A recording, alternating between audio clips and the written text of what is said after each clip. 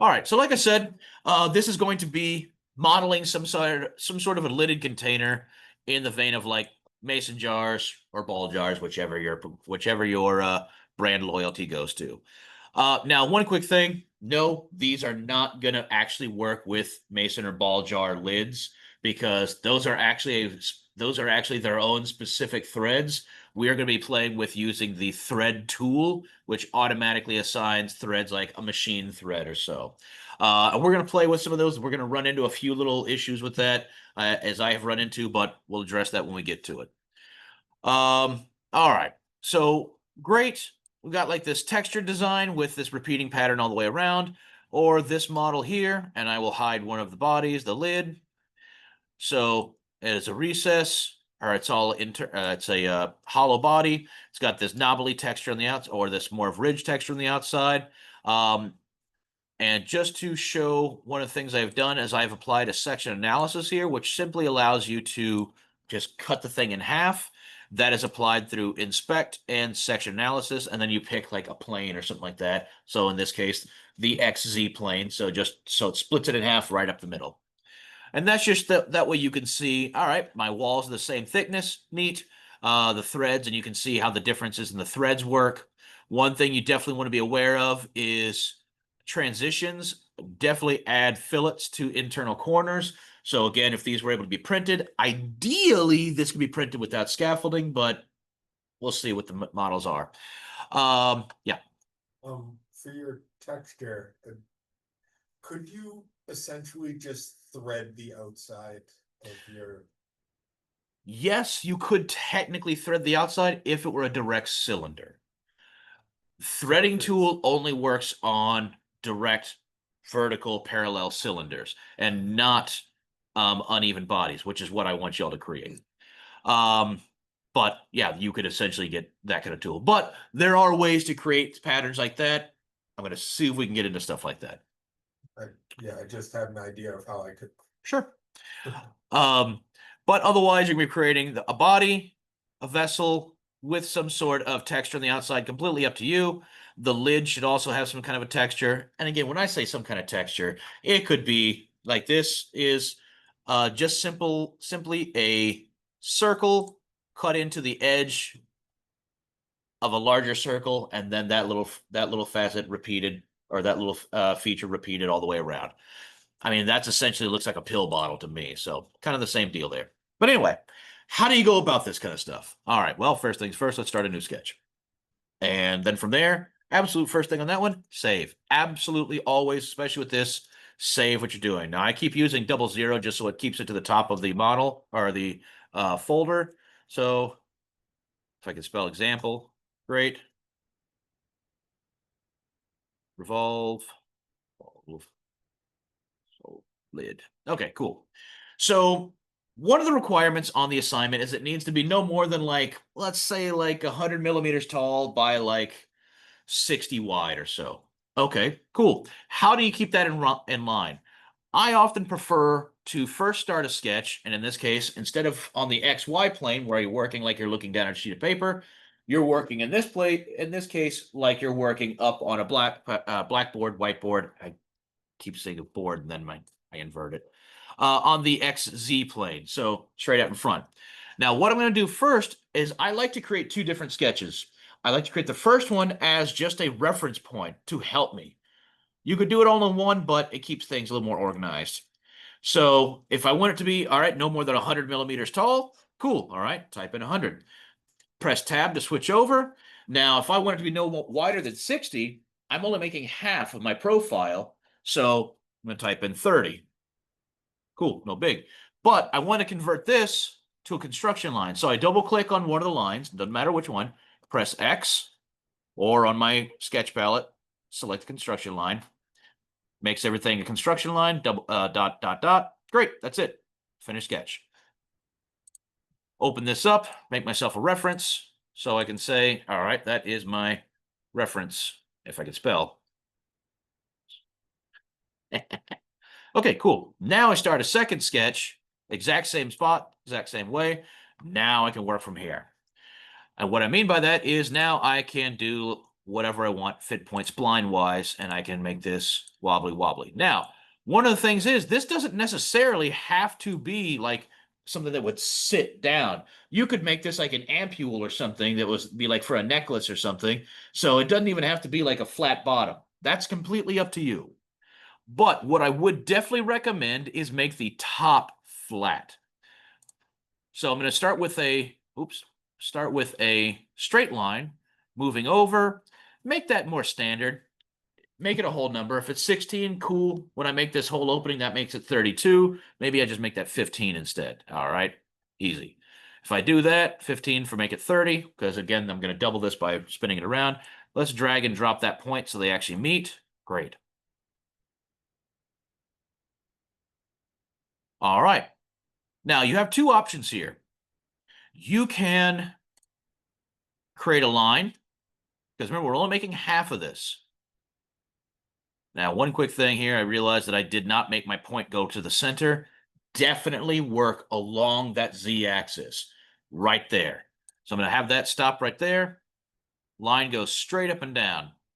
It converts to black instead of blue because it's better defined. It has a perpendicular constraint applied to it automatically because it is at a 90-degree angle. That's all. That's the only difference.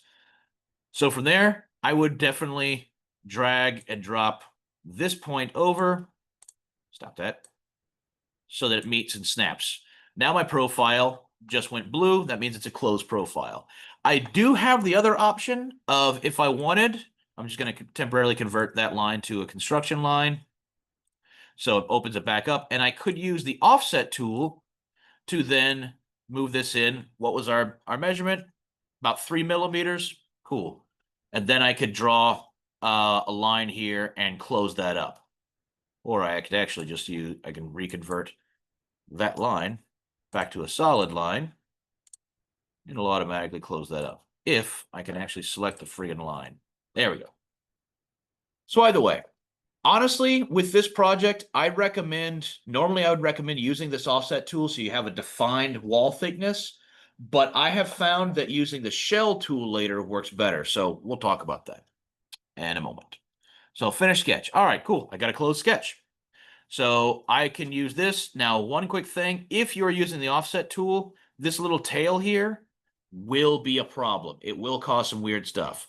So if nothing else, make sure that you just use the trim tool, nip that little bit off, and it's going to give you an error. That's okay. It's just saying you change something based on a constraint. No big deal.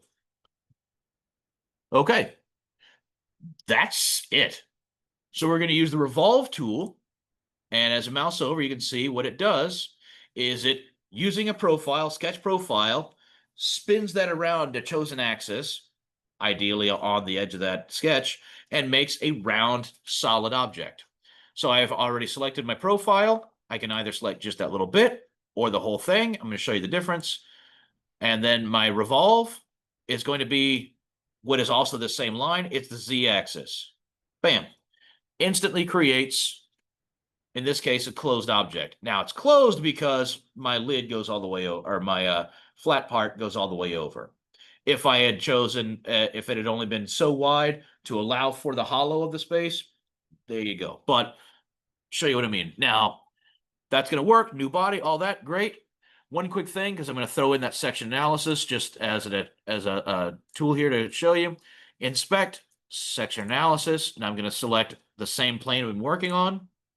That's just going to show me half. Now, because I made it that way, I've made it hollow, but I didn't intend to do that. But we can work with that too. Honestly, I really prefer doing this, and this is one of those times of when you're gonna choose your own path on this. I prefer to make the whole thing solid and use a shell tool for this part. The only reason for that is because if I want to make any alterations, sometimes because of that, using that offset tool, it throws things off as I have more tools placed down the line. If I just use the shell tool, which some of you have played with already, to hollow this out, it tends to work better. Okay, so that's going to be my solid body. And again, my section analysis, all it is doing is representing it in half. It is not altering my project at all. I can just toggle the off and on to it, back to solid. Great. Okay, so I'm going to need a threaded section here. What I find best is to create a cylinder, or since this thing is already round, I can actually use this pre-existing face, select extrude, select that, and then I can, that's already a face. I don't have to draw that. Let's put, I don't know, 15. That might be a bit excessive, but there we go. Instant section that already has a, I don't have to make anything else. It's just a built-in circle because of how I made that model with the flat top. So you would think my next step is going to be put a threads on, and realistically it could be. Go to create threads and select the faces. It's going to automatically select what you think sounds right based on the dimensions.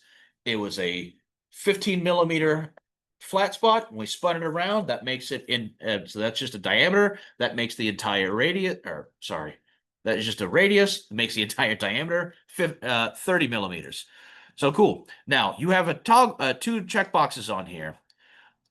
One of them is to help you save computing power.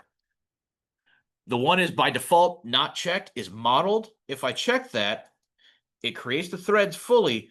But if this is too complex or your computer is having trouble and slowing down, you could uncheck this and you see it. You kind of get this ghost of the drawing there of what it looks like. It just helps save a little computing power. I'm going to push this and see if I can just irritate this computer. All right.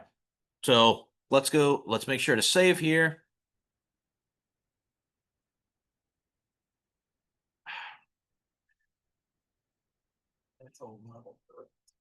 Not really. Just a couple of turns. But yeah. Now, what I'm doing there is adding notes. Remember, as my versions update, it shows different versions, just different save points, but it will also show, if I type myself notes, I can remind myself what I'm doing, of what I changed there. So if you wanted to refer back to anything, it's there for you. All right. Now, I went about this way because I want to show you what happens if I try to do all of the outside work first, and then I use the shell tool to hollow it out. Some of you have played with the shell tool just in experimenting, stuff like that. Some of you not. The shell tool is essentially a 3D offset. So it's the exact same thing as if I use the offset tool in my sketch, only this does it in 3D. So it offsets a full body based off of a selected face. If I select this, problem is if I select with these threads, it is trying to offset, let's say 3 millimeters. It is trying to offset, I'm getting errors now, can't be created because it is basing around these threads too. It's too many angles and it messes everything up. So this is why I wanted to demonstrate it for you. All right, so I can't do that. How do I get around that? Well, and yeah, question? Oh, no, if you use the shell tool, can you set the wall thickness? Yeah. Okay. You can absolutely set that's how the shell tool works, is setting the wall thickness. Yes. So what I can do is I can grab my slider on my history capture bar here. I can drag it back before the threads. And now what I could do is use that shell tool, apply it 3 millimeters, hit OK. Let me turn on my section analysis again. And now it has applied that across the whole thing. Problem is, still going to run into an issue here. This is what I was talking about. Oh, okay, my wall thickness is actually thick enough where I'm okay. So now it just plopped that shell tool before the threads. That's all. So obviously, if you knew this was going to happen, you just use the shell tool before you do the threads. You're all set. Now I have run into an issue here in that this makes this wall at the bottom of these threads super thin. That's because I have a consistent thickness all the way through. A way around this would also be, if I go back, edit feature for when I made the extrude to make the neck of this, instead of join, let me just treat that as a new body. Now I'm going to, as two different bodies. Now the problem is now that if I try to use a shell on top, that's what I get. So what I have found, best approach for this, don't use the shell tool on the neck. Let me edit this feature. Instead, I'm going to, let me just temporarily hide this body here. What's that? The neck. I should have labeled that. Oops, wrong thing. I'm going to apply the shell tool to just the body. Why is it giving me an error now? thickness. Yeah, you can. It's a 3 mm thickness. Oh, all right. I have troubleshooting thing here. Why is it not letting me do exactly what it already did? Sometimes Fusion doesn't like you changing what it already thinks it knows. It's weird, and I don't know why it does this. So if you get this kind of error, and it's giving you an error, like it literally just did this. Why is it doing this? Cancel, just delete that tool. I don't know why it does this. All right, delete the tool. I'm gonna reapply the shell, exact same spot, exact same thing, 3 mm. Okay, now I have no idea why. It did it before. What the heck? Okay, I am really I'm just hecka confused. Why would it not? That is super weird.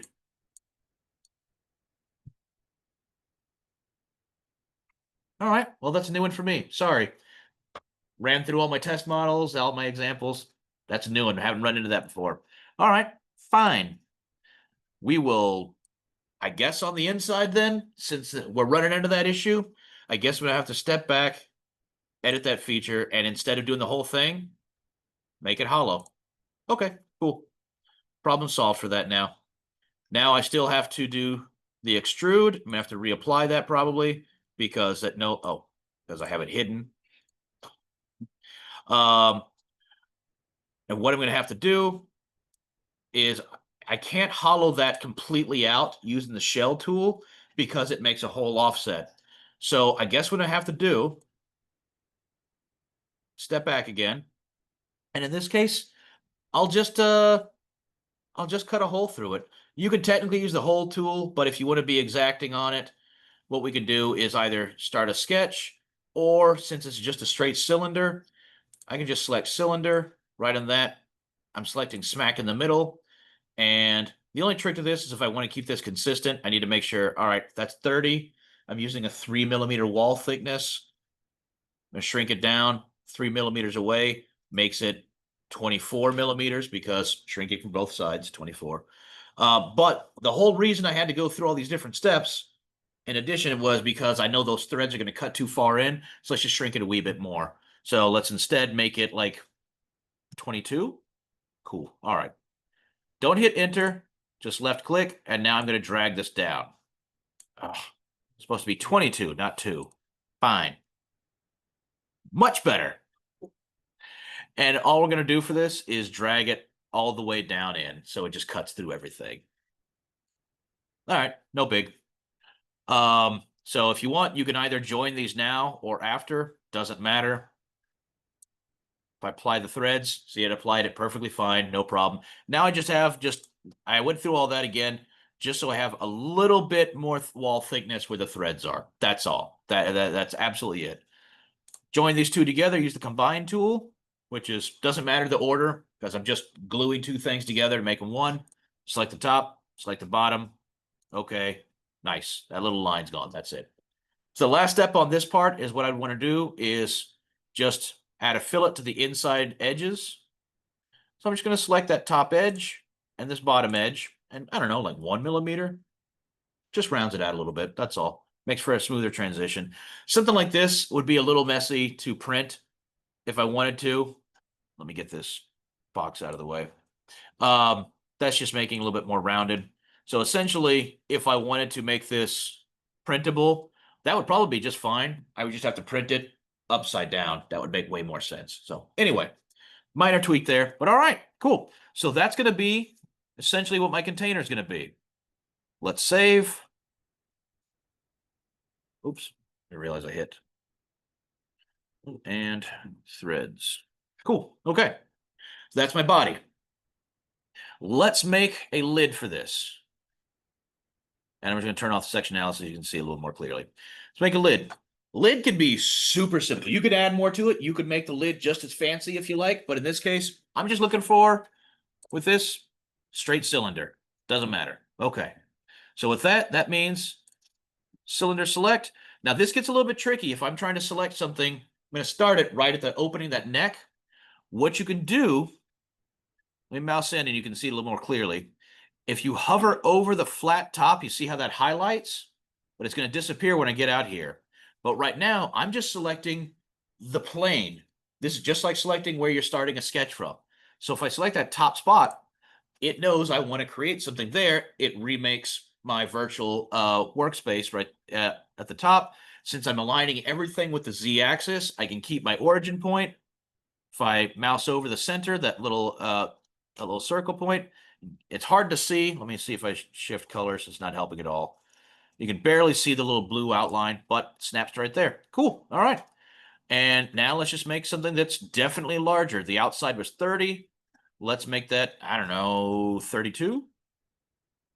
Sure. Hit OK.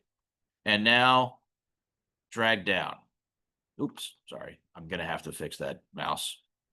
Problem is, if I drag down, it's going to assume I want to cut all of this. I do not. So just make sure before you hit enter, go check your toolbox, switch to new body. There you go. Now, problem is I've only made it exactly as tall as the threads.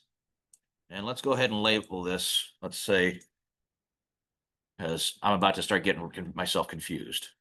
Lid. All right. I'm going to hide the body for a second. I'm just going to, and I can either make another cylinder or just extrude this top because it's a circle. Press extrude, select the top. I don't know, just go up like 2. If I made it essentially 2 millimeters wider or 3, whatever, if you're keeping consistent, fine. Join, good. Okay. Now I can effectively use that shell tool.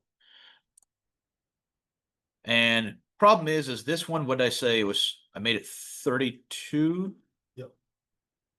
So 2 should be good. I'm going to see if this messes up, and I should have made it slightly wider. Because let me turn on my section analysis so you can see what I'm doing here more clearly. On the back side. All right. So see, the problem here is you would think that, oh no, I'm not gonna have enough material and such. That would be if you use the base, the vessel with the threads already as a cutting tool. I'm just applying the thread tool, and it applies it both cutting in and pushing outward. It just models it completely. So don't think of this in terms of if I was like actually making this by hand, you would be cutting threads into the wall and you'd need to make it thick enough. This just kind of applies it across. So at this point, let's go to create threads. And if you have difficulty selecting all this, again, just hide the body for a minute. There you go. And it should automatically remember what you were doing. And it did not. So it's 28. Let's see if I can remember what this was. Tell you what, if you get confused, you can't remember what the actual size was, just go back to the first one, right click edit, and then just remember size. Just at the bottom it says a little checkbox. So that way now when I go to apply it again, thread tool, inside, there you go. So no, those do not exactly match. I don't care about that. They are just, by model wise, they are both 30 millimeter 3.5. That it's just that they match. That is literally it. I do not care if they overlap or anything virtually. That's completely irrelevant here. Okay, cool. Now, obviously, that just visually makes it awkward, but they're the same. Okay. So let's save there. Lid threads. All right, so the last thing is going to be whatever you want to do as far as adding your features. And I'm going to do a quick little thing, and you can obviously take it from there. So we've been playing with making sketches and such, great. What we're going to use here is the emboss tool. Now, if that's not already on your toolbar, it's on create, down toward the bottom here. Oh, it's right in the middle, emboss. All that is it's an extrude on a curved surface. So it's more of like a controlled offset. But to work this, you can't have your sketch on the inside. You need to have it on the outside. So we're going to use what's called a construction plane here.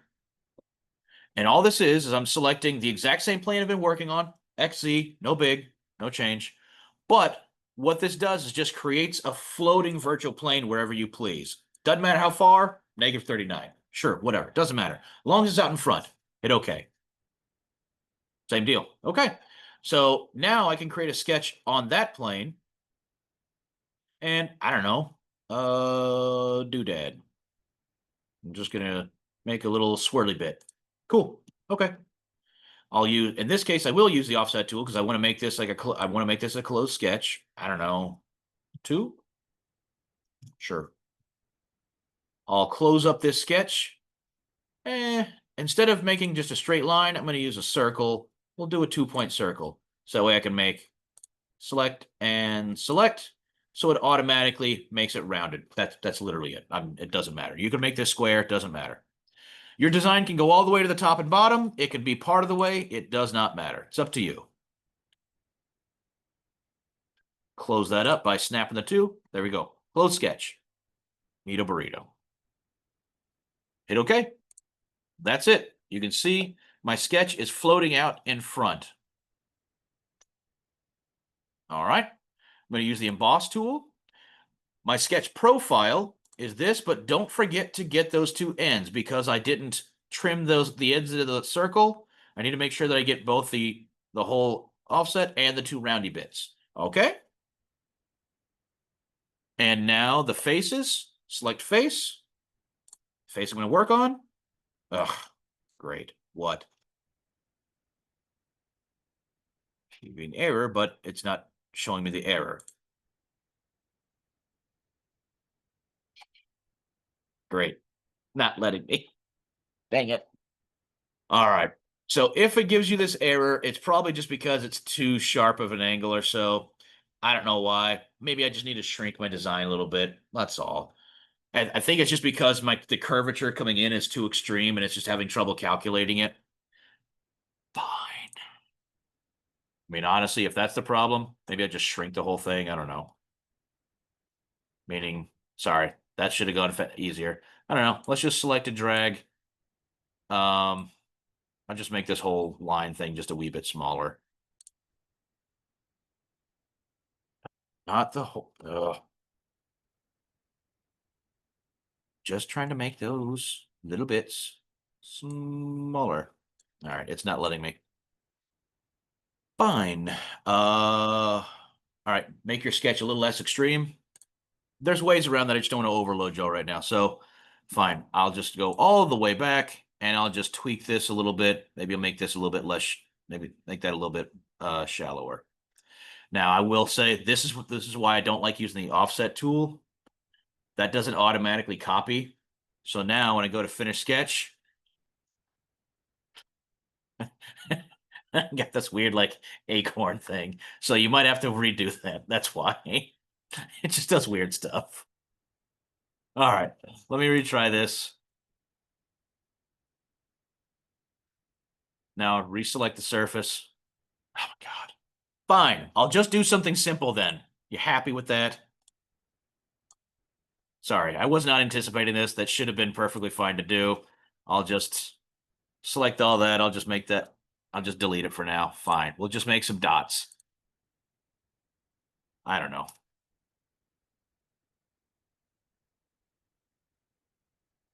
Big dots then. I don't know. Whatever. Okay, fine. Big dots it is. We'll make it polka dotted. Select both of those. Select the face. There. It's got bumps now. That's it. Now you can see what I mean by it works kind of like an offset in that it's not straight because it's a curved surface. It's offsetting, so it's actually kind of going outward at like a outer cone. That's probably what that weird line was doing. Maybe it was too big. I don't know. Whatever. Deal with it. You can also go internal by switching to deboss, and it just cuts inward. Does not matter. Totally up to you. Remember, this is your design. Hit OK. Now, with something like this, definitely throw a fillet on there just to smooth it out. I don't know. We can make it more rounded at the bottom. I'll select both of them. I wouldn't select them both, like the top and bottom, just a little bit. I don't know. Let's say like 1. All right, cool. That rounds that out. Do it again. And now for the edge. 1. Ugh, now what's your problem?